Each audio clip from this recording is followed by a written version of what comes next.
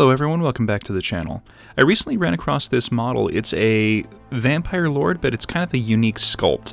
And I know I already made a Vampire Lord video on this channel, but I thought I'd do an updated one with a few of the different contrast paints and a couple of new methods.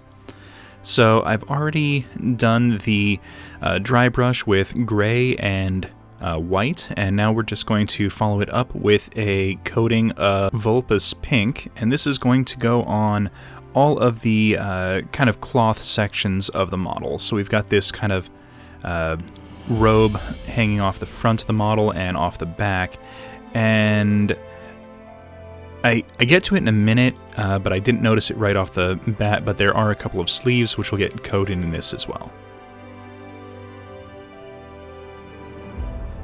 Now to add some definition to the armor sections and the blade of the sword, we're going to use some Basilicanum Gray. Now this is going to be used pretty sparingly on the model because I didn't want it to be really heavy-handed, and we're going to touch it up with some dry brushes.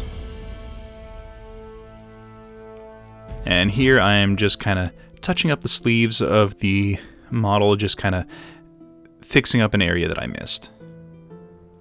Now I'm going to use a light coating of Black Templar on the back of the robe and the front and back of the headdress.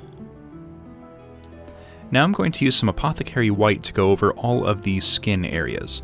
Since this is supposed to be a vampire model, I wanted a really pale skin tone, and I'm hoping that this will work out. Next I'll use some Skeleton Horde to touch up a couple of little kind of like skeletal rib cage pieces and the skull at the base of the model. Next I'm going to use a makeup sponge and some Retributor armor to kind of gently brush on some gold highlights and overbrushes to a couple of sections of the Black Templar. This is going to give a nice kind of see-through gold so we can still see the black underneath. And then I'm just going to do a little bit of detailing, give him a nice gold hilt for the sword, and there's a bracelet and a necklace that are going to get painted up with the gold as well.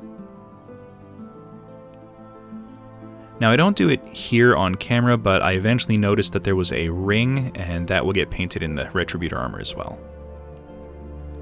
Now I'm going to use a little bit of Griff Charger Gray. This is going to paint the... It's almost like a cat, but it's kind of like this winged, bat-like cat creature. Next, I'll use some Snakebite leather to paint the one exposed shoe, which I will freely admit was a terrible idea, and I go back and change it in a little bit. Now I'm going to use a little bit of Lead Belcher with the sponge and just kind of do the same brushing onto all of the armored sections. So I decided to test out some of this Warplock Bronze, which I recently got a hold of. I'm still not super happy with it, but I think it looks better than the Snakebite leather. And now I'm going to finish it off with a dry brush of Parchment over all of the skin tones and the little bat creature. And once that's done, the model goes onto a custom stone step base.